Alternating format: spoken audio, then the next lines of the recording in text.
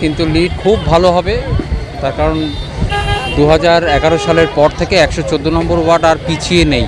প্রত্যেকবার যখনই ভোট আসে আমরা লিড প্রত্যেকবারই গতবারের লিডকে আমরা ব্রেক করে আমরা আরও বেশি করে লিড দিই প্রত্যেকবারে।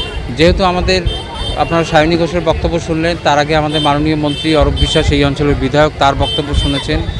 এই অঞ্চলের সাধারণ মানুষ যারা আমাদের তৃণমূল কংগ্রেসের পক্ষ থেকে তো অবশ্যই আমাদের সরকারের পক্ষ থেকে যেভাবে সহযোগিতা বিভিন্ন সময়ে এই অঞ্চলের মানুষ পেয়েছেন, করোনা থেকে শুরু করে তার পরবর্তীকালে আমফান যাবতীয় যখন যেরকম পরিস্থিতি তৈরি হয়েছে, তৃণমূল কংগ্রেস কিন্তু কখনো পিছিয়ে থাকেনি এবং রং, ধর্ম, রাজনীতি কোনো কিছু বিচার না করে সবসময় মানুষের পাশে আমরা থেকেছি।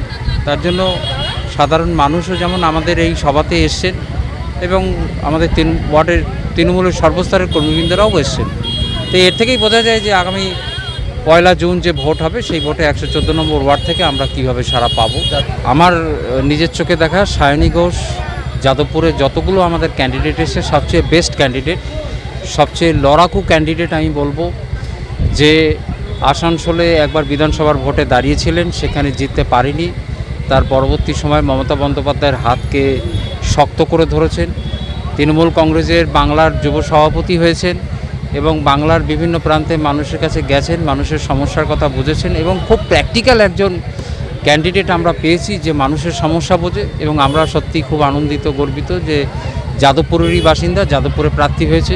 স্বাভাবিকভাবেই যদি বিপুল ভোটে মার্জিন নিয়ে জিততে পারে, পার্লামেন্টে লড়াই তো করবেই এবং মমতা বন্দ্যোপাধ্যায়ের হাতকেও শক্তিশালী করবে, মমতা বন্দ্যোপাধ্যায়ের লড়াইয়ের হাতকে শক্তিশালী করবে। সুবুদ্ধি সম্পন্ন মানুষ বিরোধীদের সঙ্গে নেই, তার কারণ যে সকল বিরোধী দল বিজেপি এবং সিপিএম যারা রয়েছে তারা শুধু কুৎসা, অপপ্রচার সেইগুলো নিয়ে মানুষের কাছে পৌঁছচ্ছে। আমরা মানুষের কাছে পৌঁছচ্ছি আমাদের উন্নয়ন নিয়ে, কারণ আমাদের উন্নয়নের ধারা এক দিনের জন্য অব্যাহতি হয়নি, উন্নয়নের ধারা ক্রমশই এগিয়ে চলেছে। সুতরাং উন্নয়ন নিয়ে আমরা যখন মানুষের কাছে যাচ্ছি, সুতরাং বিরোধীরা যতই আমাদের অপপ্রচার, যতই কুৎসা করুক, মানুষ কিন্তু সামনের দিকে দেখে, মানুষ কখনো পিছনের দিকে দেখে না। আমরা পিছন পানে চাইছি না, আমরা সামনের দিকে চাইছি এবং উন্নয়নের সঙ্গে 114 নম্বর ওয়ার্ডের মানুষ আছে, বাংলার মানুষ যেভাবে আছেন।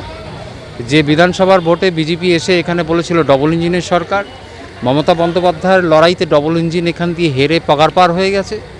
কিন্তু লোকসভার ভোটে আমরা এখানে ট্রিপল ইঞ্জিনের প্রতিনিধি চাই। এখানে জনপ্রতিনিধি এখানকার এই অঞ্চলের মানুষ দিয়েছেন, এই অঞ্চলের একজন বিধায়ক দিয়েছেন যিনি আমাদের মমতা বন্দ্যোপাধ্যায়ের একজন সুযোগ্য সৈনিক, আর একজন লোকসভার ক্যান্ডিডেট সায়নী ঘোষকে যদি বিপুল ভোটে জয়যুক্ত করে, যাদবপুরের উন্নয়ন একদম অবধারিত। এটাই এই অঞ্চলের মানুষের কাছে বার্তা যে 1 জুন সকাল সকাল 3 নম্বর বোতাম টিপে সায়নী ঘোষকে জিতিয়ে দিন, মমতা বন্দ্যোপাধ্যায়কে জিতিয়ে দিন। অরূপ বিশ্বাসের উন্নয়নের ধারা টালিগঞ্জে আপনারা বজায় রাখুন, যাদবপুরে সায়নী ঘোষের হাত ধরে উন্নয়নের ধারাকে বজায় রাখুন।